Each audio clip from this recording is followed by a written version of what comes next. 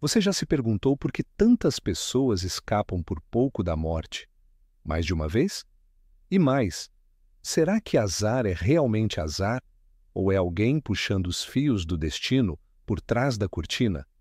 A resposta pode parecer improvável, mas é real. Ninguém escapa da morte tantas vezes por acaso.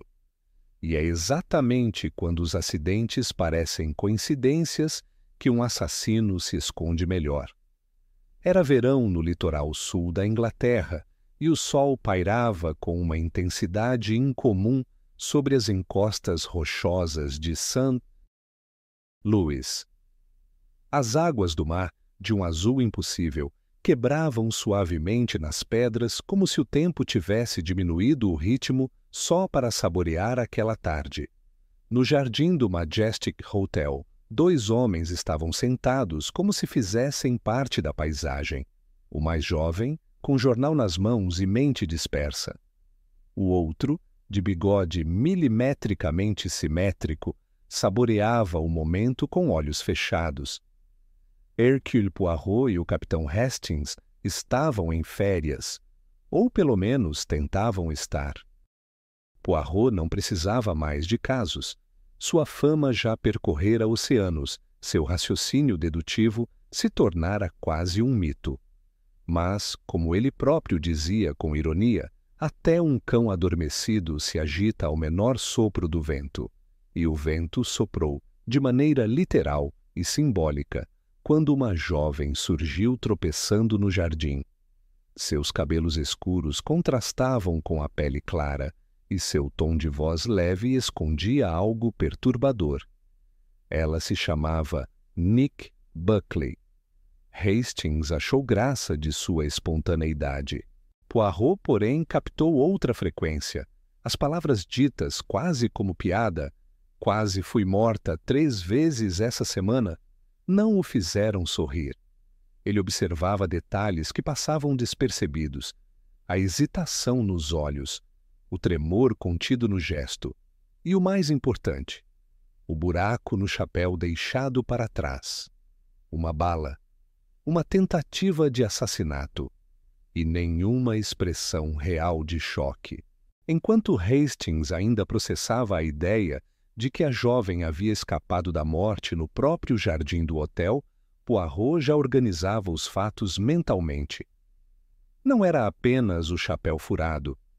Havia uma sucessão de eventos anteriores.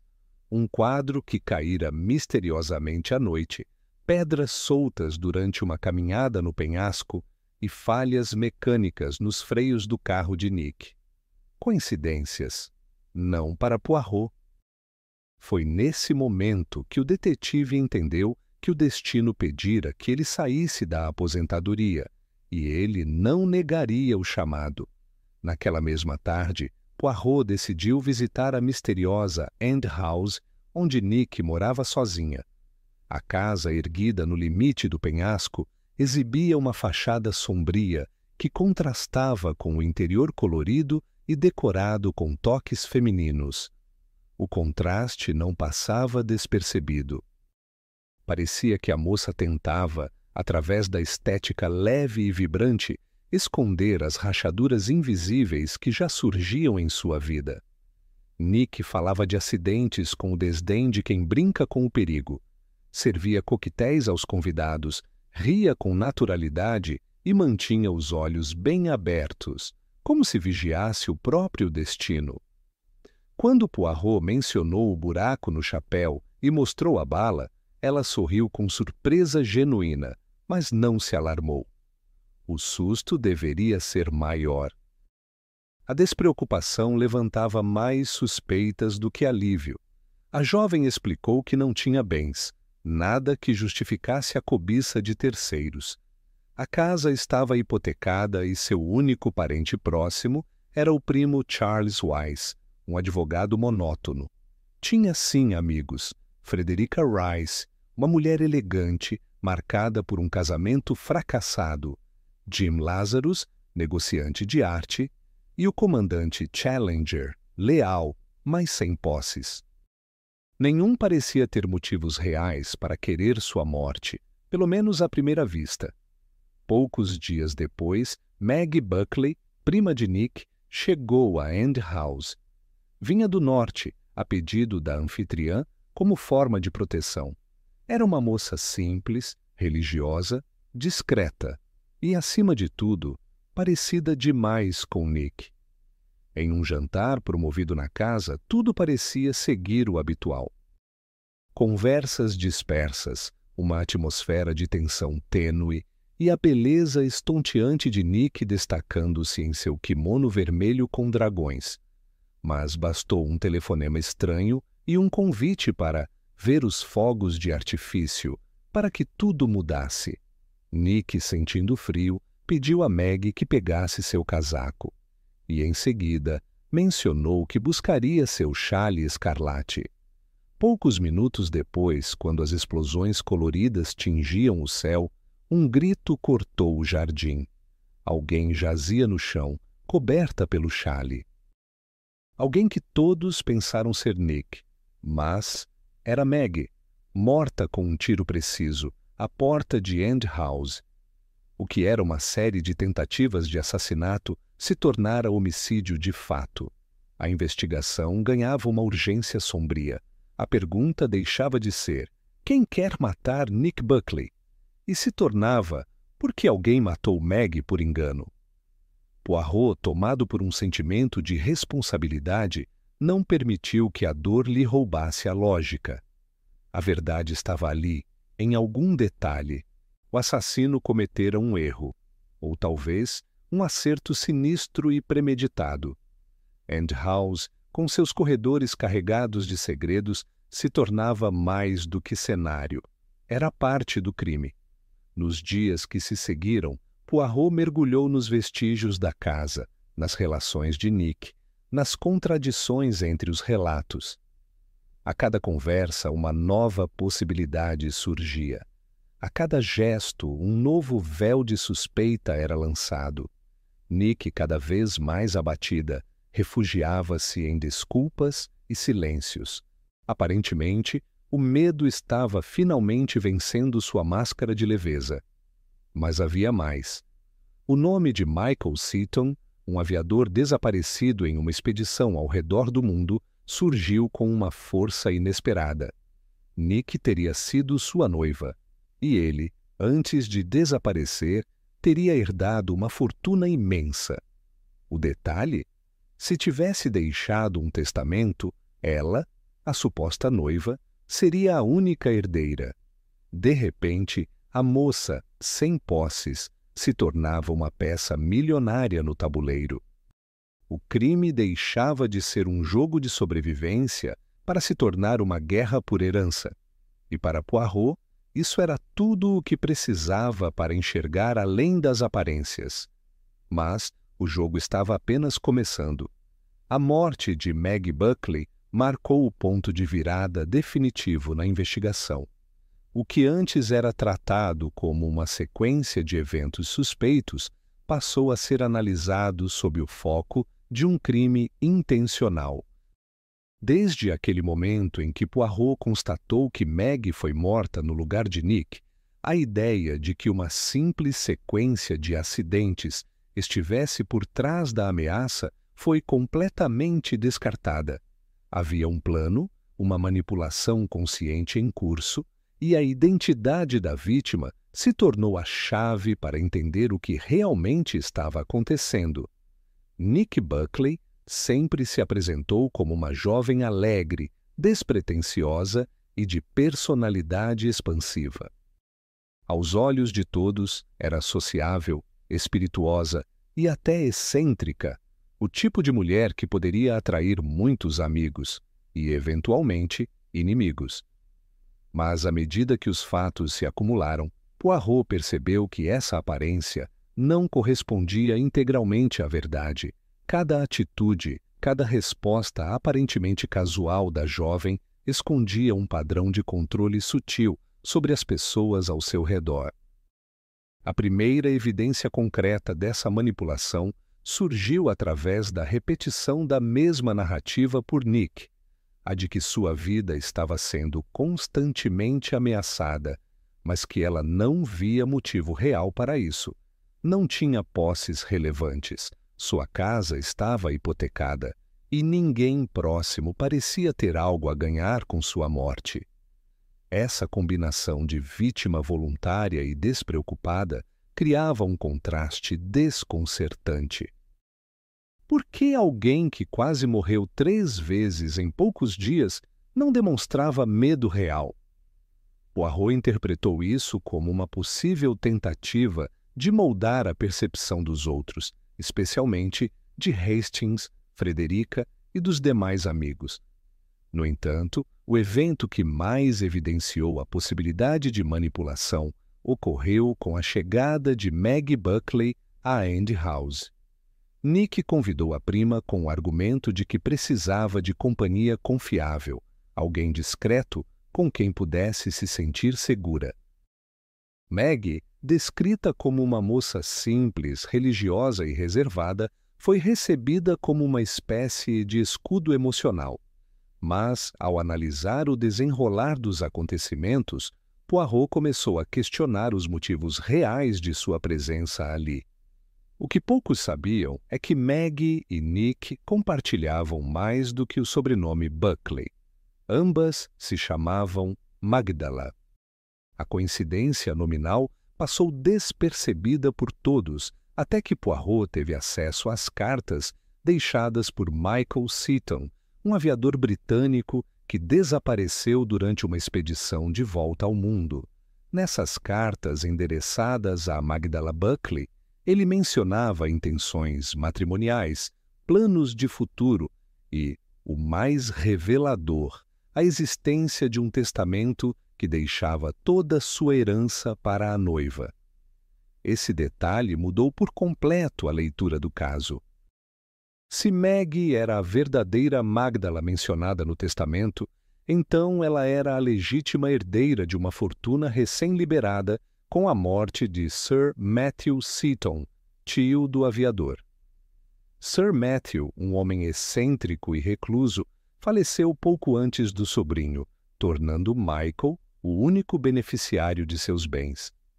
Michael, por sua vez, fez um testamento em favor de sua noiva, Magdala. Com sua morte no Pacífico Sul, toda a herança passaria para ela. A confusão proposital das identidades entre Maggie e Nick tornou-se, então, o eixo central do plano.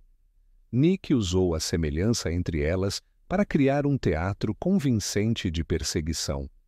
Sabia que Maggie poderia ser identificada como a verdadeira noiva de Michael.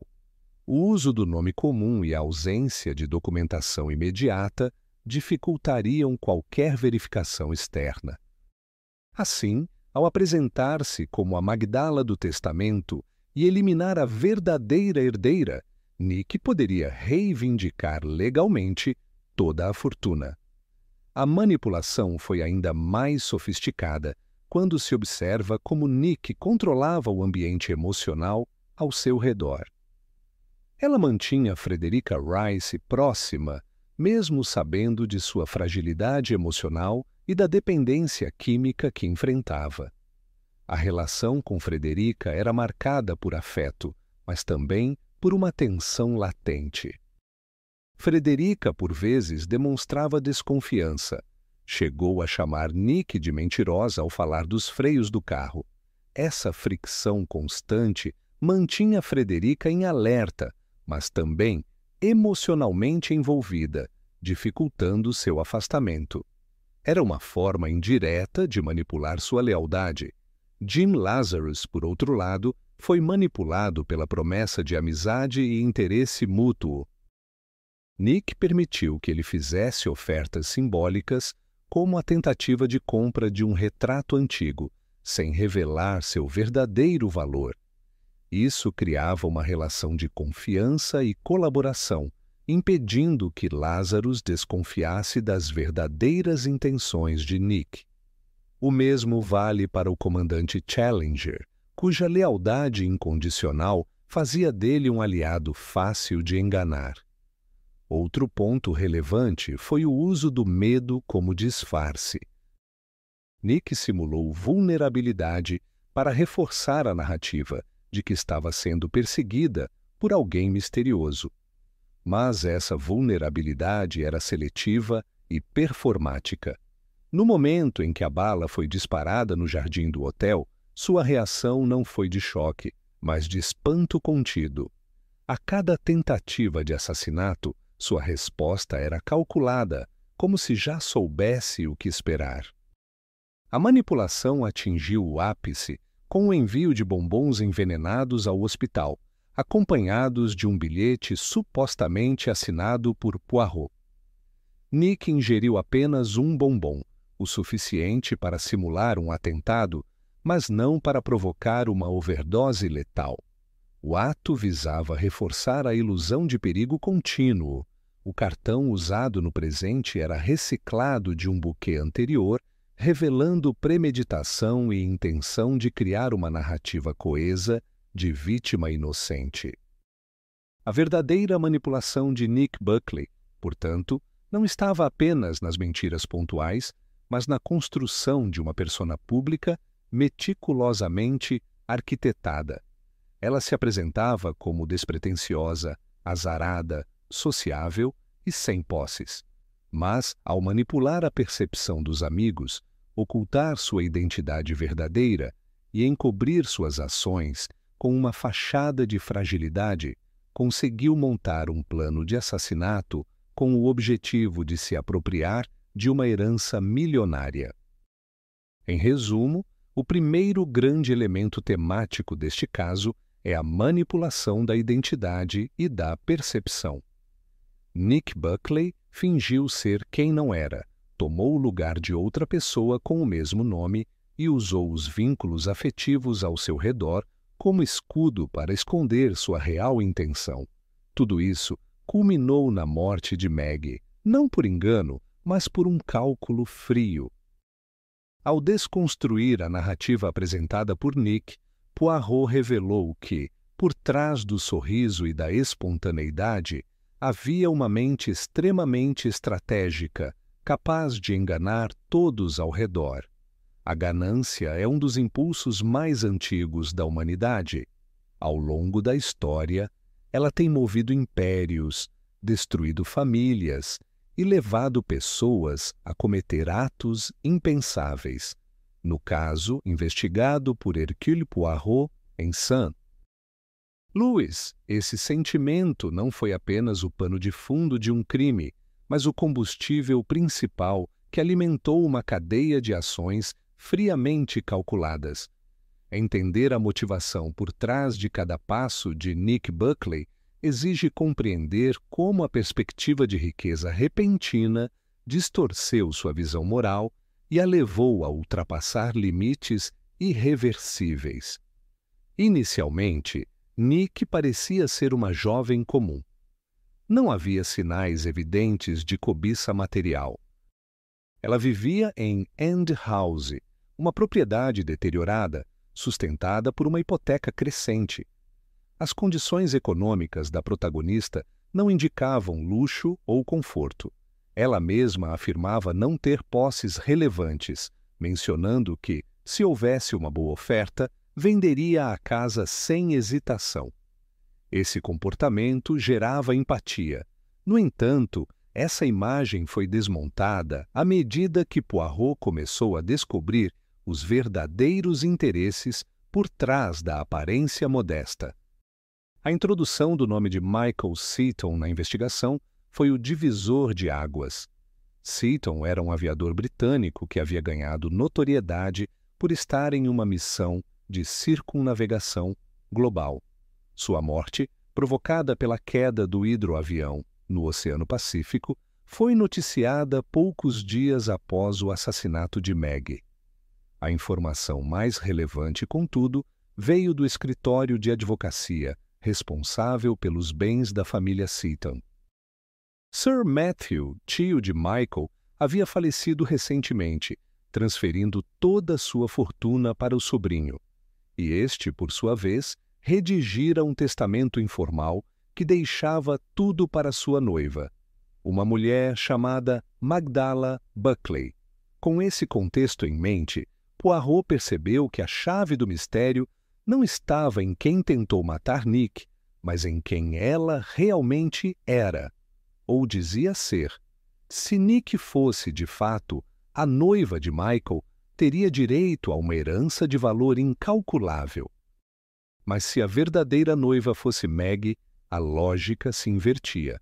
O crime deixava de ser um caso de proteção à vítima e se tornava uma disputa por legado.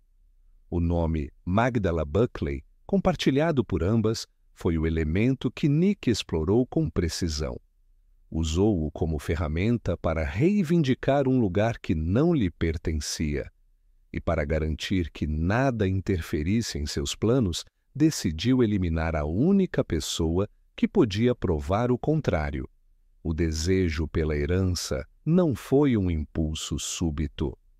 Tudo indica que Nick arquitetou os acontecimentos com base na previsão do falecimento de Michael. Sabendo que ele enfrentava riscos em sua jornada de volta ao mundo, ela anteviu a possibilidade de sua morte. Ao descobrir que Maggie mantinha uma relação com ele e que havia cartas trocadas entre ambos, Nick viu a oportunidade de ouro.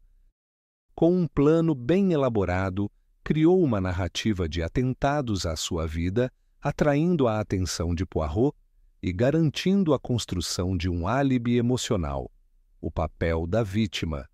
A escolha dos métodos usados por Nick também revela sua ambição.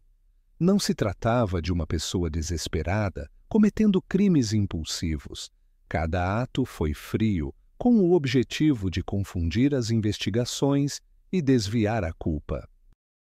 A tentativa de fazer Maggie parecer um alvo acidental exigiu uma combinação precisa de manipulação de objetos, controle das situações e observação detalhada do comportamento alheio. Nick usou o chale vermelho de propósito, um item visualmente marcante que ela sabia que seria confundido no escuro. Entregá-lo à prima foi uma ação estratégica, não um gesto casual. Mesmo após o assassinato, a cobiça continuou guiando suas ações. No hospital, Nick simulou um envenenamento com bombons para reforçar a narrativa de que estava sendo perseguida. A intenção era fortalecer sua posição como herdeira ameaçada e, ao mesmo tempo, manter o foco da investigação longe de si. A caixa de doces, acompanhada por um bilhete com a assinatura de Poirot, era mais uma peça da encenação. A substância usada, cocaína, foi inserida em dose calculada, suficiente para causar um mal-estar, mas não para matar.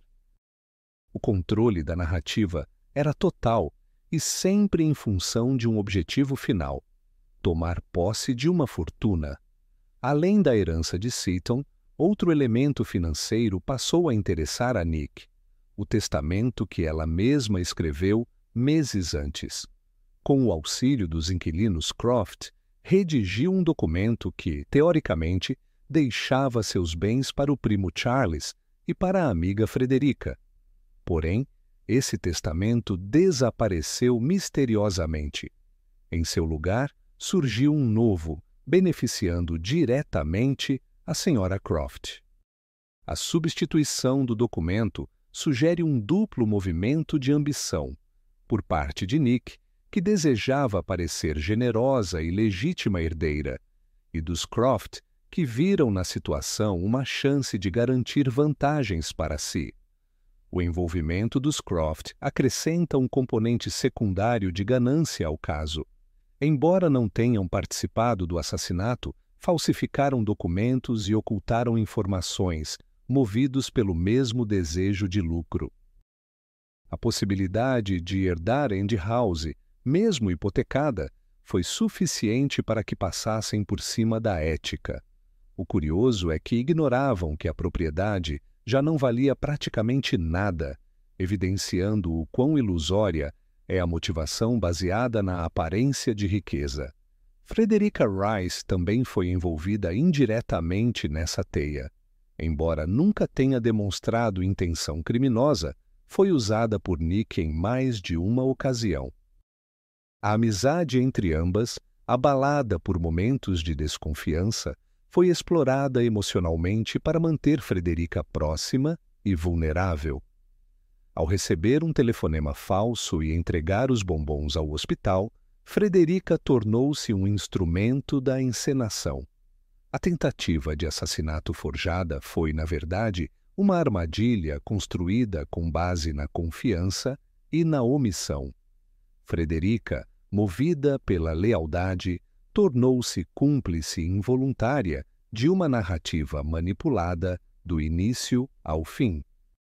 A lógica do crime foi amarrada não apenas na expectativa de fortuna, mas na certeza de que o sistema acreditaria em uma mulher frágil, envolvida em uma série de eventos traumáticos. Nick contou com o fato de que as pessoas, em geral, não suspeitam de alguém que parece estar constantemente sob ataque. Essa foi sua maior arma e sua armadilha. A ganância, portanto, foi o motor silencioso que conduziu cada movimento da trama. Não se limitou ao desejo de enriquecer, mas atravessou a estrutura emocional dos relacionamentos, a arquitetura dos acontecimentos e a escolha minuciosa das vítimas. Foi ela que levou Nick a cometer um homicídio, forjar provas, manipular pessoas próximas e até enganar um dos maiores detetives da ficção. O poder da ganância não está apenas no que ela promete, mas na forma como faz o culpado acreditar que pode controlar todas as variáveis, até que a verdade inevitável se imponha. Em todo o caso investigado por Poirot na Casa do Penhasco, uma das dimensões mais sutis e mais trágicas foi o uso estratégico dos vínculos afetivos. As amizades que pareciam sinceras revelaram-se, aos poucos, frágeis e manipuladas. As relações entre os personagens não estavam baseadas na confiança ou na lealdade, mas em omissões, interesses e inseguranças cuidadosamente aproveitadas. Foi nesse ambiente ambíguo que a ilusão da amizade se tornou um dos pilares do plano criminoso. Nick Buckley era conhecida por seu carisma. Ela parecia se dar bem com todos ao seu redor. Anfitriã vibrante, sempre rodeada de convidados, generosa em palavras e atenta aos gestos. No entanto, essa sociabilidade não significava relações profundas. Quando Poirot começou a observar suas interações, notou que havia distanciamento emocional disfarçado de simpatia. Era como se Nick usasse sua simpatia como um escudo e como uma armadilha. A relação mais complexa e ambígua foi a de Nick com Frederica Rice. Frederica era uma mulher melancólica, marcada por um casamento desastroso e pela dependência de substâncias ilícitas. Seu comportamento oscilava entre a apatia e momentos de irritação contida. Embora declarasse carinho por Nick, havia episódios em que sua linguagem traía ressentimentos velados. Por exemplo, em uma conversa com Hastings, Frederica chegou a dizer que Nick mentia, referindo-se ao episódio dos freios do carro, uma acusação grave, especialmente entre amigas. Esse tipo de comentário deixava claro que havia fissuras na relação entre elas. Ainda assim, Frederica permanecia ao lado de Nick, participando dos encontros, convivendo sob o mesmo teto em alguns momentos e de forma trágica, acabando envolvida diretamente em parte dos acontecimentos. Quando Nick simulou o atentado com os bombons envenenados, Frederica foi a intermediária involuntária, acreditando estar apenas realizando um favor à amiga. A ausência de questionamentos diante da ligação que recebera, uma voz que soava estranhamente diferente, mostra o quanto a relação entre as duas era sustentada mais pela inércia emocional do que por confiança genuína. Frederica não foi a única a ser usada emocionalmente. O comandante Challenger, por exemplo, nutria sentimentos amorosos por Nick. Apesar de seus modos formais e postura discreta, era evidente que esperava algum tipo de reciprocidade afetiva. Em suas falas, notava-se sempre um cuidado em proteger Nick e justificar seus comportamentos. Poirot percebeu que o comandante estava disposto a qualquer coisa para manter-se próximo dela, mesmo que isso significasse ignorar fatos óbvios.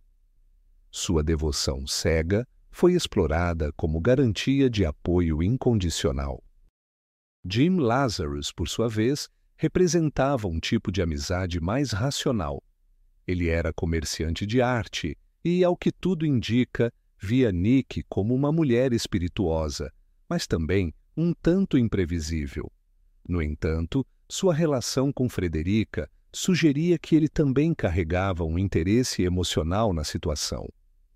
Quando ofereceu 50 libras por um quadro antigo de Andy House, aparentemente de pouco valor, o gesto foi visto como inocente. Mais tarde, Poirot descobriria que se tratava de um teste. Ao pagar por algo supostamente irrelevante, Lazarus ganharia a confiança de Nick, e quando surgisse uma peça realmente valiosa, ela não suspeitaria de sua avaliação. Esse tipo de manipulação emocional e simbólica era recorrente em todos os núcleos. Nick, consciente ou inconscientemente, atraía pessoas que se sentiam compelidas a protegê-la, amá-la ou cuidar dela. A governanta Ellen, mesmo sem estar envolvida nos círculos sociais mais íntimos, expressava genuína preocupação com a atmosfera da casa e a segurança de sua patroa. Disse a Poirot que sentia um peso estranho nos cômodos, como se algo sombrio estivesse entranhado nas paredes. Era sua forma simples de dizer que sentia que algo não estava certo. Essa intuição, ignorada pela maioria, era um reflexo da tensão emocional crescente dentro de Andy House. Outro aspecto relevante da ilusão de amizade foi o silêncio. Ninguém, entre os mais próximos de Nick, se posicionou com firmeza diante das inconsistências no comportamento dela. Quando Maggie foi assassinada, houve tristeza, mas não houve suspeita direta sobre Nick. Ao contrário, todos reforçaram a ideia de que a prima havia morrido em seu lugar. Foi esse silêncio coletivo, alimentado por laços emocionais frágeis, que permitiu que a narrativa da vítima continuasse se sustentando mesmo após uma morte concreta. Esse padrão de complacência e omissão foi essencial para que o plano criminoso avançasse. Nick se aproveitava do receio que os outros tinham de questioná-la. A possível instabilidade emocional que ela demonstrava, ora a tristeza profunda, ora a alegria exagerada, fazia com que os amigos a tratassem com cuidado, quase como se ela fosse frágil demais para ser confrontada. E isso a protegia. Poirot, ao analisar os círculos de convivência em torno de Nick, notou que todos estavam emocionalmente comprometidos, mas não verdadeiramente conectados. As amizades pareciam ser baseadas em conveniência, rotina ou pena, nunca em confiança profunda. Isso criava o cenário perfeito para um crime encoberto por afeto falso. Quando as relações se sustentam em aparências, qualquer verdade pode ser disfarçada por gestos afetuosos e frases vagas. No decorrer da investigação, o detetive belga utilizou essa percepção para testar os limites dos laços entre os personagens. Em diversas ocasiões, lançou hipóteses provocativas, por exemplo, questionando se alguém poderia estar mentindo ou sugerindo que a ameaça talvez viesse de dentro do próprio grupo. As reações variavam. Alguns negavam com veemência, outros desviavam o olhar, mas nenhum deles se propôs a investigar ou desconfiar seriamente de Nick. Isso revelou o quanto a amizade naquele grupo era uma construção frágil e muitas vezes ilusória. O caso também mostra que amizades mal resolvidas podem ser perigosas. Quando os vínculos são unilaterais ou dependem de manipulação emocional, tornam-se armas. Nick não precisava de cúmplices ativos para cometer seus crimes. Ela se valia dos afetos distorcidos que inspirava nos outros. O carinho do comandante, a empatia de Frederica, a curiosidade de Lazarus e a dedicação da governanta foram usados como camuflagem para seus atos. Essa dinâmica revela o lado obscuro da amizade quando ela não é equilibrada. O que poderia ser um ambiente de proteção e apoio tornou-se um terreno fértil para o engano. As relações pessoais em End House, longe de protegerem a verdade, contribuíram para ocultá-la. E, ao final, a maior traição foi justamente essa: a confiança depositada por aqueles que jamais suspeitariam de alguém que chamavam de amiga. A linha que separa o senso de justiça da compaixão pode ser extremamente tênue, especialmente quando sentimentos humanos como empatia, arrependimento e lealdade estão em jogo. Para Hercule Poirot, esse caso não foi apenas mais uma demonstração de sua habilidade lógica, mas também um dilema moral complexo.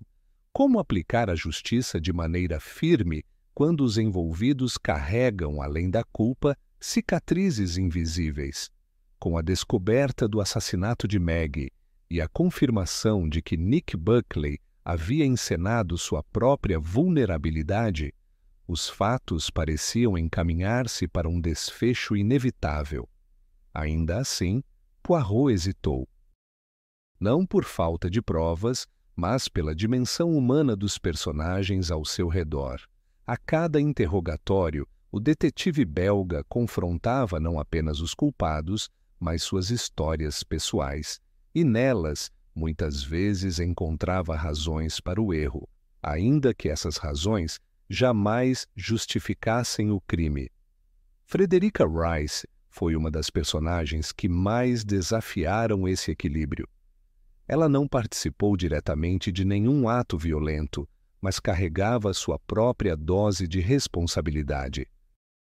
Sua dependência química, escondida por trás de um comportamento contido e uma aparência refinada, servia de escudo para o sofrimento silencioso que enfrentava.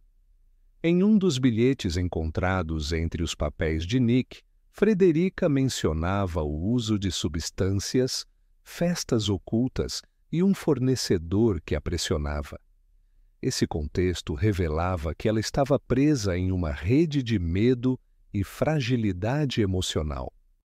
Quando Poirot apresentou as evidências do falso atentado no hospital, Frederica inicialmente negou, depois hesitou, até finalmente admitir que havia sido manipulada. Disse ter recebido uma ligação pedindo que entregasse os bombons a Nick e que, embora a voz soasse diferente, não questionou a ordem. A justificativa dela não era suficiente para livrá-la de culpa, mas também não a colocava como autora consciente. Ela era, acima de tudo, uma mulher quebrada por suas escolhas, usada por alguém que compreendia exatamente suas fraquezas. Outro caso emblemático foi o dos Croft. O casal, que inicialmente se apresentava como inofensivo e até entusiasmado com a presença de Poirot, revelou-se envolvido na falsificação de documentos. Foi o Sr. Croft quem, tempos antes, sugeriu a Nick que redigisse um testamento. Ele também se encarregou de enviá-lo ao primo Charles Wise. Quando esse documento desapareceu, um novo, com conteúdo completamente diferente, surgiu misteriosamente, deixando toda a herança para Mildred Croft. A ganância do casal ficou evidente.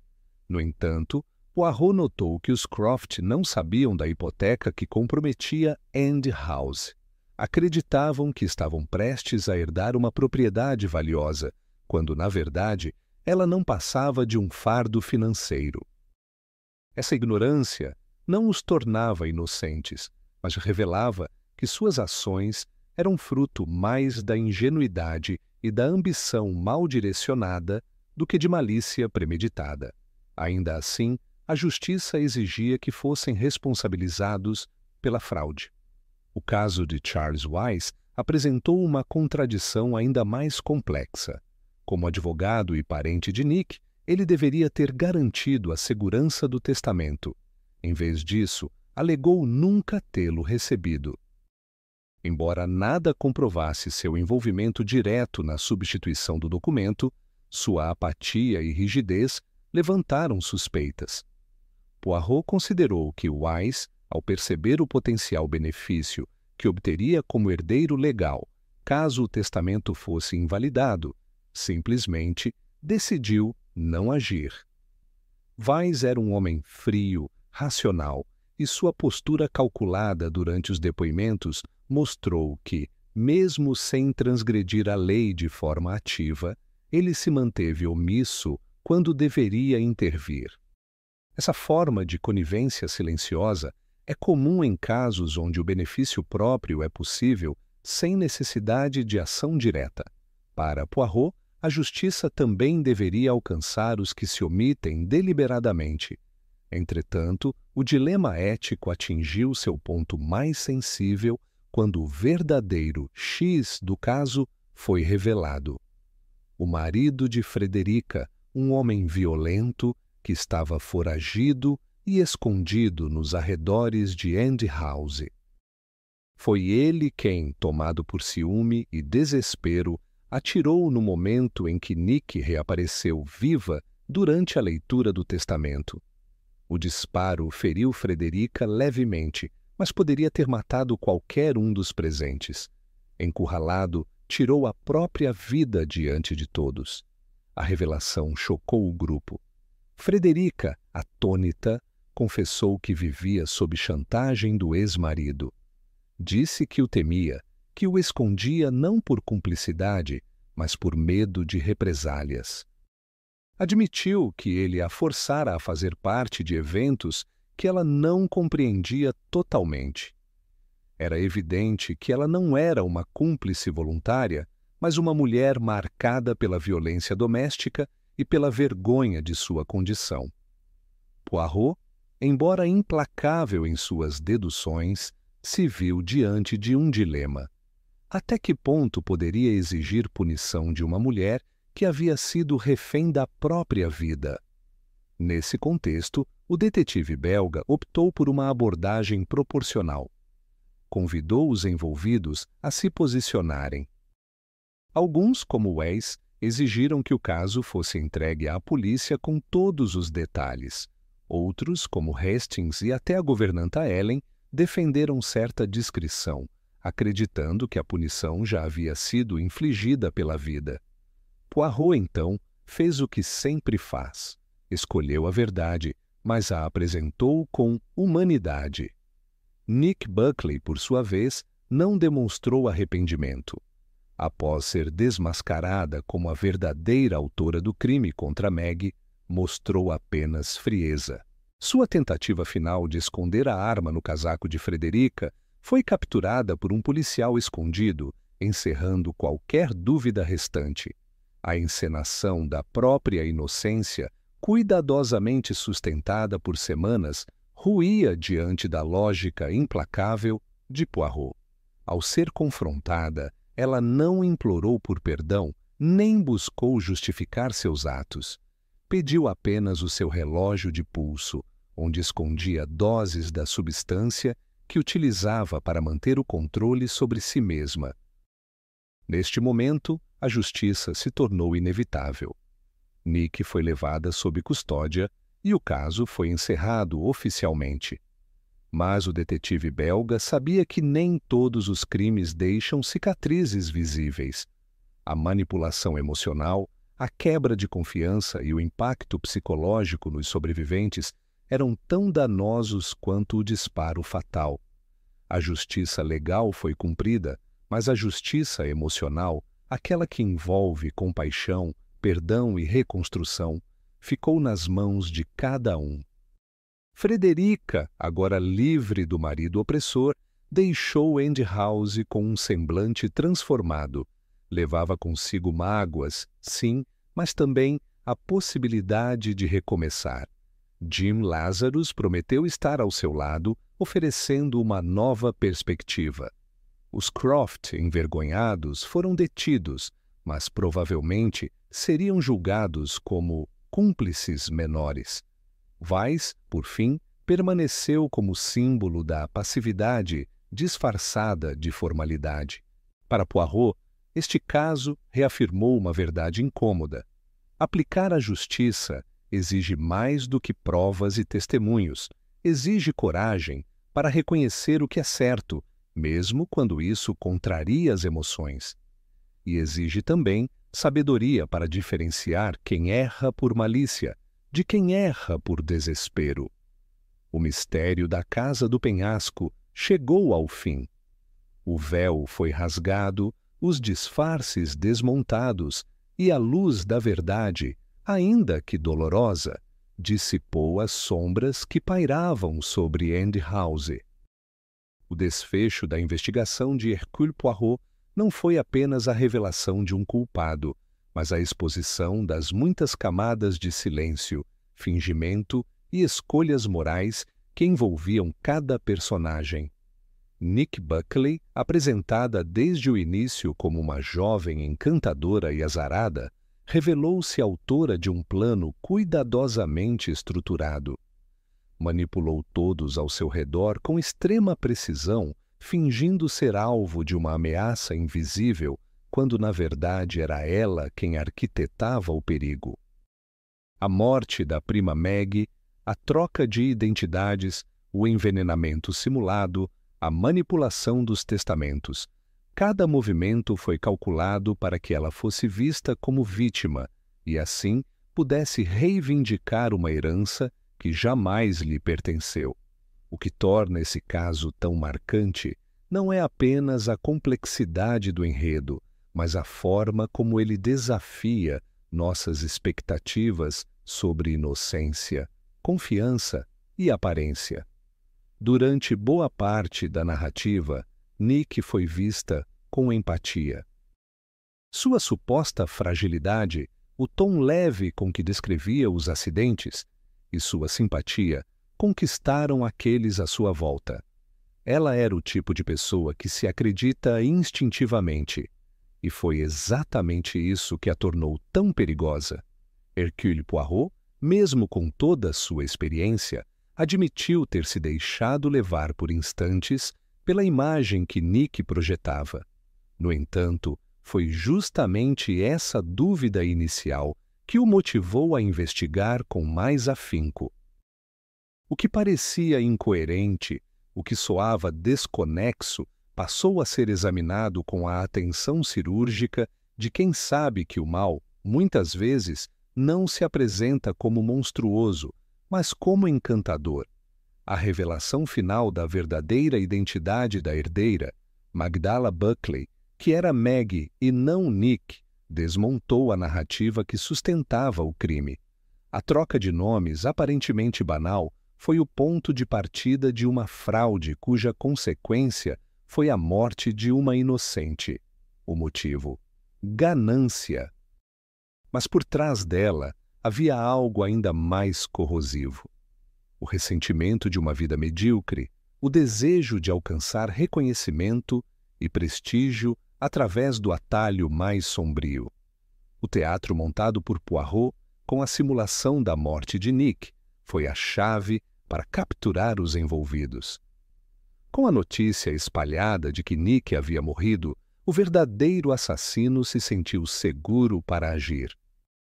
O tiro disparado durante a encenação do testamento provou que o perigo ainda rondava e revelou um segundo núcleo de corrupção. O marido de Frederica, escondido, envolvido em chantagens e ameaça contínua. A investigação também expôs as fraquezas das demais figuras ao redor. Frederica, mesmo sem ser culpada diretamente, foi cúmplice silenciosa em muitos momentos. Sua dependência emocional e sua omissão em denunciar o que sabia ou suspeitava contribuíram para o avanço do plano de Nick. Já os Croft, embora não tenham cometido homicídio, participaram de uma fraude testamentária por puro interesse. Charles Wise, por sua vez, preferiu manter distância das verdades incômodas, permitindo que a situação se agravasse enquanto permanecia inerte. Ao final, a justiça foi feita, mas não sem deixar marcas. Nick foi presa. Seu olhar, no momento da captura, não era de arrependimento, mas de frustração, não por ter cometido um crime, mas por ter sido descoberta. Em seu gesto final, ao tentar recuperar o relógio onde escondia doses de entorpecente, revelava que mesmo ali, diante da verdade, ainda havia espaço para mais uma tentativa de escapar. Frederica deixou Andy House como uma mulher diferente, não mais subjugada pelo passado, mas também não livre das cicatrizes que ele deixou. O trauma da traição, a perda de Maggie, o envolvimento acidental nos planos de Nick, tudo isso a transformou. Jim Lazarus ofereceu apoio, e embora o futuro dos dois fosse incerto, havia ali a promessa de reconstrução. O comandante Challenger, que havia se mantido firme em sua lealdade, precisou lidar com o choque de ter sido enganado. Ellen, a governanta, que intuíra desde o início que algo sombrio habitava a casa, viu sua intuição confirmada, mas também sentiu o peso de saber que, apesar de suas suspeitas, não conseguiu evitar o pior. Quanto à própria Andy House, ela permanece como símbolo de tudo o que ali aconteceu. Suas paredes testemunharam mentiras, encenações e crimes. O local que um dia foi morada de festa, leveza e encontros sociais tornou-se o cenário de um dos mais engenhosos assassinatos da carreira de Poirot. Uma casa não é apenas feita de tijolos e janelas, é também feita da energia daqueles que a habitam. E em End House, a escuridão parecia ter encontrado morada. Poirot, ao se despedir do local, não expressou satisfação. Sua vitória intelectual não trouxe prazer. A lógica foi restaurada, sim, mas ao custo da vida de uma jovem inocente e da destruição emocional de vários inocentes. O detetive deixou claro que a verdade, por mais que seja necessária, nem sempre traz consolo. Às vezes, ela apenas nos obriga a enxergar o que preferíamos continuar ignorando. Este caso ensinou uma lição poderosa. As aparências podem ser cuidadosamente construídas para enganar até os mais atentos, e que a justiça, mesmo quando alcançada, não anula os efeitos da mentira. Quando alguém finge ser uma vítima e consegue manipular todos ao seu redor, não estamos apenas diante de um crime, estamos diante de uma distorção moral que compromete a própria noção de confiança. Ao expor a verdade, Poirot não apenas resolveu um assassinato. Ele desfez uma ilusão que envolvia todos os personagens. Cada um deles precisou encarar sua parcela de responsabilidade. Alguns por terem sido ingênuos, outros por terem sido omissos. E essa responsabilização, embora não prevista em códigos penais, é a mais difícil de carregar. No fim, fica a pergunta: quantas verdades continuamos ignorando porque elas são desconfortáveis demais para encarar? Quantas Nick Buckley podem existir ao nosso redor, vestindo o papel de vítimas, quando, na verdade, são elas que estão puxando as cordas por trás do palco? A resposta, como sempre, depende da nossa disposição de olhar com atenção. Como Poirot, devemos aprender a desconfiar do óbvio e questionar o improvável, porque às vezes a mentira mais perigosa é aquela que parece doce. E a justiça mais difícil é aquela que precisa ser aplicada com firmeza, mesmo quando o coração pede compaixão. E assim, mais um mistério foi desvendado. Mas quantos outros ainda esperam por respostas? Se gosta desse tipo de investigação, inscreva-se no canal e ative as notificações para não perder os próximos casos. Quer apoiar o canal? Deixe um super obrigado e ajude a trazer mais mistérios intrigantes. Nos vemos na próxima investigação.